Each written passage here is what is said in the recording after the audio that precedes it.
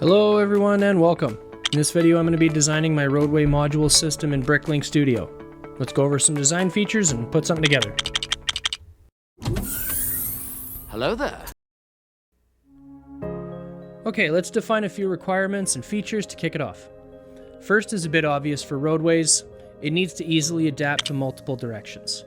I want my design to support all directions of travel that align to the Lego grid and their intersection combinations at the very least. Up on the sidewalk, I'm going to come up with a simple and subtle tile pattern that's not just a grid of tiles, but not too distracting at the same time. Stepping off the curb, I'm going to use the commonly seen method of road plates with extenders for added line detail and to accommodate 6 stud vehicles. While I will be using road plates for the road, I do not like the Lego crosswalk piece, so I'll be coming up with a brick-built one instead. I'm also going to be coming up with a streetlight design as part of this module that I can use throughout the city. The other repeatable detail that I want to include are storm drains. I'm specifically looking to use the dark orange grill tile for this. I want to replicate the look of rusted metal grates seen in the curbs up and down any residential street.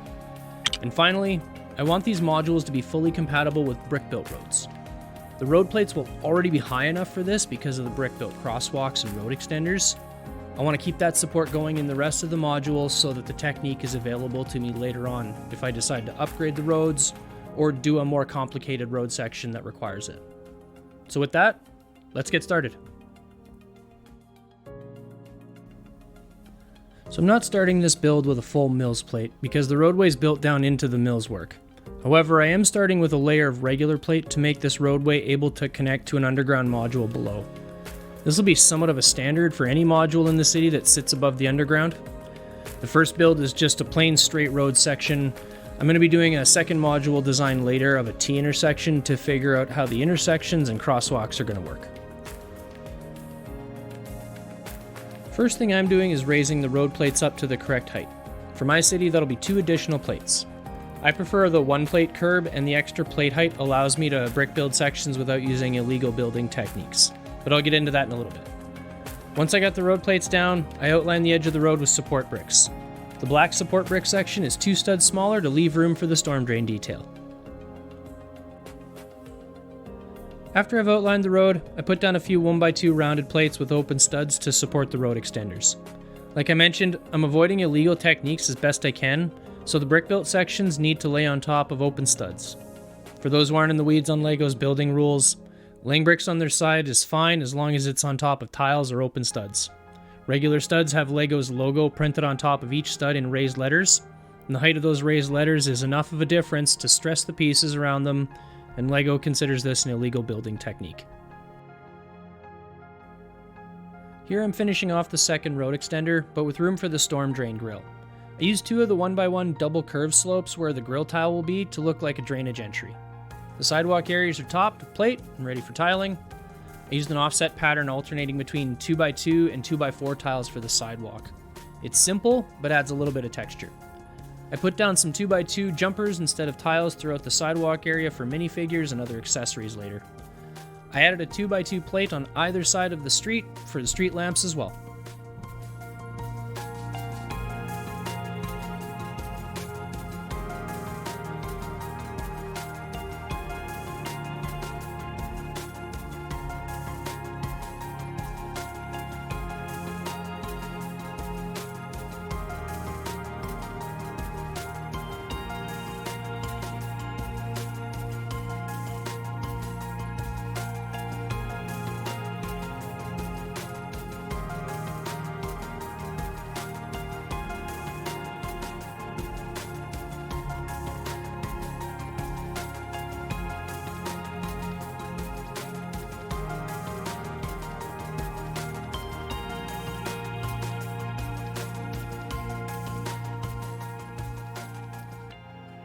The second design will share the same features, but it's going to be a T intersection with 3 crosswalks. This means it's going to use a single road plate in the middle and get built out from there. This is largely how I determined I didn't want to use the Lego crosswalk pieces.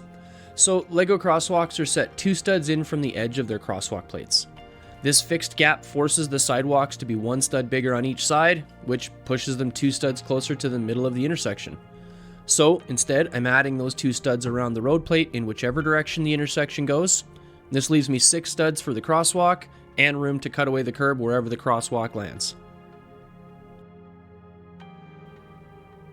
To start, I outlined the edge of the road just like the first module, but only in the middle for now.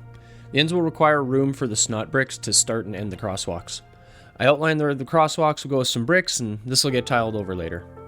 Just like underneath the road extenders, I laid down several open stud plates to legally support the brick-built sections, and speaking of which, I almost forgot to put in a small road extender along the sidewalk to keep everything aligned here.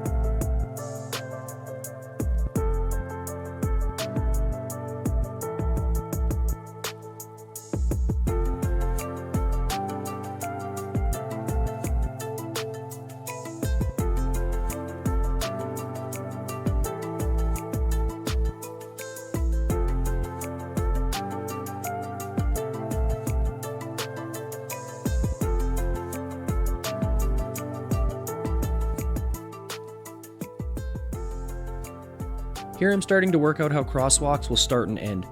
Each crosswalk starts with a 1x4 snot brick.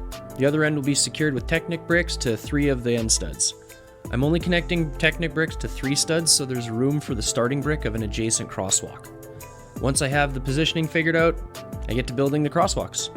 I'm alternating 2 dark gray 1x4 plates with 2 white 1x4 plates. In the middle of the road, I'm using a 1x4 brick to match the width of the painted line tiles on the road. I lay down some support bricks for the street corners, and then copy 2 more crosswalks to complete the intersection. The last step is to put the sidewalk plates on and tile it all off.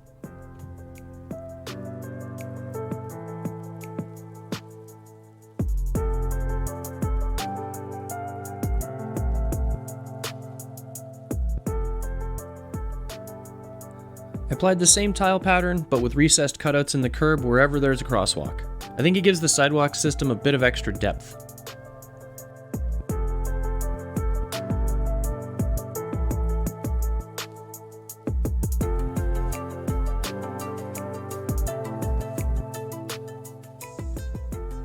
I'll add a single street light for a final detail on this one.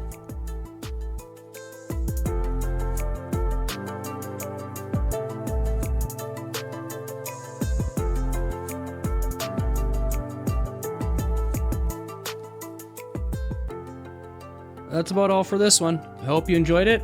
Be sure to like this video and subscribe to the channel to keep up with the progress. If you want to see more of what's been built so far, check out some of the other videos here. Thank you so much for watching. Keep on building. Bye for now.